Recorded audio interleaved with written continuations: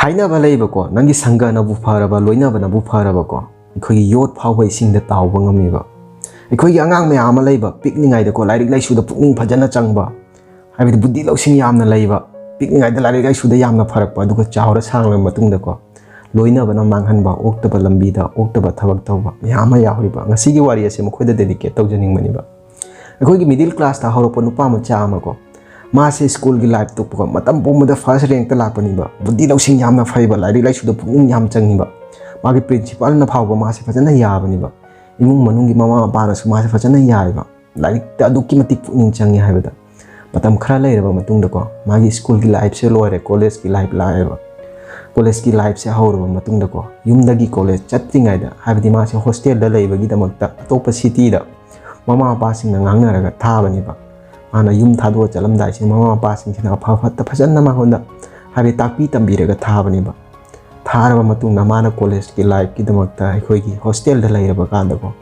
लोइनाबा मागी ममानबा सिंगदो हाबेदि मखोइगा लोइनाबा हौरकपदगिको ममानबा सिंगदो मतम पुमदा नुमिदांगदा कोइरदुना ngaawradunako nundangda party tawba masiguma kaya se tawdagiko masu mamanaba ki lamchat singdo chatleba masu mamanaba singduna tawriba kholibaso hainareba masu makhoiga chap manareba mataw sumna dum tawdagiko mase lai lai suda su puning changdreba mahana first rank ta laklamba singdo hojikti first rank ta phawba lakpa ngamdreba magi mong mataw se ubuda magi mama pa singdo magondako phone tawraga magonda phajana तमी तापीबनीबा lyric लाइसुदुगा पुकनिंग चंगु मसी हारपा काना सिदा ngसागी मागी मचा अदुना हाबनीबा आई चावरे सांगे आई ज्ञान ताय आई करी तौरी तौदे हाइबा आई करी फै फत्ते हाइबा आई लोइना खंगी आई गोंदा तापी तंबीबगी मथौ तारो इसेनीबा मतम खरा लेबरबा मतुंगदको मागी फाइनल एग्जाम से थारबा मतुंगदको मासे सब्जेक्ट अमदा फेल होरकपनीबा ओरबा मतुंगदको मासे एग्जाम दो यावरक्तरेबा एग्जाम अदो यावरक्तरबा मतुंगददिको मासे मकोक पायरगा फमना लेबनीबा मासे डिप्रेशन दा चटलेबा ममा पाना मांगोंदा हायरखिबा सिंगदो लोइना निंगछंगलेबा माना तौखिबा फत्तबा थबक मयाम पार्टी तौखिबा गाउसनाखिबा मयाम दो लोइना निंगछंगलेबा मयुमदा हलकलबा मतुंगदा मा का मनुंगदगी थोक्तरेबा मासे डिप्रेशन दा दुम लेरेबा चाक चाव हाइबा फावबा याद्रेबा ममा पासिंगसे तौफम खंगद्रेबा ममा पासिंगसे तौफम खंगदबदगी मागी हानगी स्कूल की प्रिंसिपल की मनाक्ता चलगा मखोइना वारी म्याम से तंबनीबा तमलबा मतुंगदको प्रिंसिपल अदुना मागोना फोन तौरागा हाइबनीबा नंग सुमाय सुमायना तौना युमदा लाई हाइना पाव ताय अदु ngasi नुमिदांग से आइगी युमदा पार्टी अमा लै नंग लाक्तबा यादे हाइना ngसागी नुपा दो मागी प्रिंसिपल दो यामना याजबनीबा याबदुना मरम ओइरगा प्रिंसिपल ना हाइरकपदो मा नासु तौबा ngamdrebako प्रिंसिपल दोना हायरकपगी मतुंगिना माना होय हायरगा प्रिंसिपल की मई मदुदा पार्टी की दमकता चटपनीबा प्रिंसिपल अदुगी मयमदा पार्टी की हाइन चटलबा मतुंगदा मागी मई मदो यौबा मतमदको माना उबददी पार्टी की लांगना खोना तौबा करी सो मत्त लेरमदेबा माना ngसागी प्रिंसिपल अदुगी मयमदा चंगला फमलबा मतुंगदा ngak मतुंगदा ngसागी प्रिंसिपल अदु थोलेबा थोलागा मागोंदा हायबनीबा येंगो अइना सुमाइना पार्टी लै करिगुंबा सिगुंबा वाहाई से हायद्रगदी नंग लाक्तबा सुई याय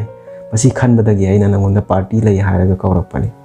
मसी हायरबा मतुंगदको ngसागी नुपादो अंगकपा मा फंगबनीबा ngसागी प्रिंसिपल अदो मदुना मखोय अनीगी मरक्ता चाकलिबा मई अदो मईउदगीको मैतान अमा लौथोगको मखादा थादबनीबा थादरबा मतुंगदको ngसागी मैतान अदो चाकलंबदो मुतखरेबा मदुबदा ngसागी नुपादुना प्रिंसिपल अदुदा हायबनी करिना तौगिदि सेबु करिगिदमक्ता मसीगी मैतान से मखादा थादरिबनो मसी हायरबा कांदा ngसागी प्रिंसिपल अदुना ngसागी नुपादु हायबनीबा मैताना से थांगलगा अमुका मैनुंगदा लंगछललोयना मैनुंगदा थावायना ngसागी प्रिंसिपल अदुना मांगोना हायबनीबा मसीदा चाकलिबा मैतान म्याम से येंगो फजना मंगान थोकना म्याम से पुन्ना चाकमिनादरा मसीदगी अइना मैतान अमखक लौथो मखादा थंबदा मैतान अदु मुतखरेबा नंगी पुंसी असेसु हजिक मसीगा चप मानरिबा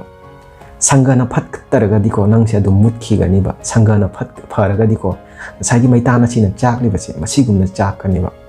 मैताना से फना मुतखरगसुको मखादा तारबा मतुंगदा मागी संग फत्तबना अमुक्का हन्ना मैनुंग असिदा थमलबा काददि मासे अमुक्का हन्ना चाकनिबा महौसागुमना nganganiba mataw sumna nanggi punchida haukiba myam fattaba thokiba thongdok kya singdo fattaba sijana kiba loina kiba kya do kauthoklaga ko nangse hana gigumna ko nangna tawjaning liba hona janing liba singdu ta pukning janglaga fajana focus tawraga amukka han honoba sakse soidana phanganiba mai soidana pakaniba ꯃꯁꯤ ꯍꯥꯏꯔꯕ ꯀꯥꯟꯗꯀꯣ ꯉꯁꯥꯏꯒꯤ ꯅꯨꯄꯥꯗꯨ ꯒ꯭ꯌꯥꯟ ꯇꯥꯔꯦꯕ ꯑꯩꯈꯣꯏ ꯅꯣꯏꯒꯤ ꯄꯨꯟꯁꯤꯗꯀꯣ ꯃꯌꯥꯝ ꯑꯃ ꯂꯩꯕꯀꯣ ꯌꯨꯝꯗ ꯂꯩꯔꯤꯉꯩꯗꯗꯤ ꯒ꯭ꯌꯥꯟ ꯐꯖꯅ ꯇꯥꯕ ꯑꯗꯨꯒ ꯃꯄꯥꯟ ꯂꯝꯗ ꯊꯣꯛꯂꯕ ꯀꯥꯟꯗꯗꯤꯀꯣ ꯉꯥꯎꯁꯟꯅꯕ ꯃꯁꯤꯒꯨꯝꯕꯁꯦ ꯏꯃꯥꯟꯅꯕ ꯂꯣꯏꯅꯔꯕ ꯇꯤꯟꯅꯕꯗꯁꯨ ꯃꯌꯥꯝ ꯗꯤꯄꯦꯟ ꯇꯧꯏꯕ मधुगा इमानब फत्तब लोइनरे हायरगा खक्तदको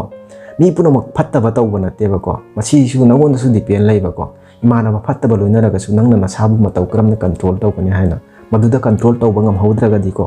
मखोइगा लोइनना अदुम चटखरगदिको नंगसु अदुम मखोइगी एडिक्ट चुगिगनिबको नंगसु ओक्तब थबक कया अमा निशा कया अमा सिजनब जायबो फत्तबगी मरक्ता लैरगसुको अफब कया अमा फना दुम लैब कया अमासु यावइबा अदुबु 100 ता 99% को फना लेरमगसको फत्तबगी मरक्ता तिल्लब मतुंगदको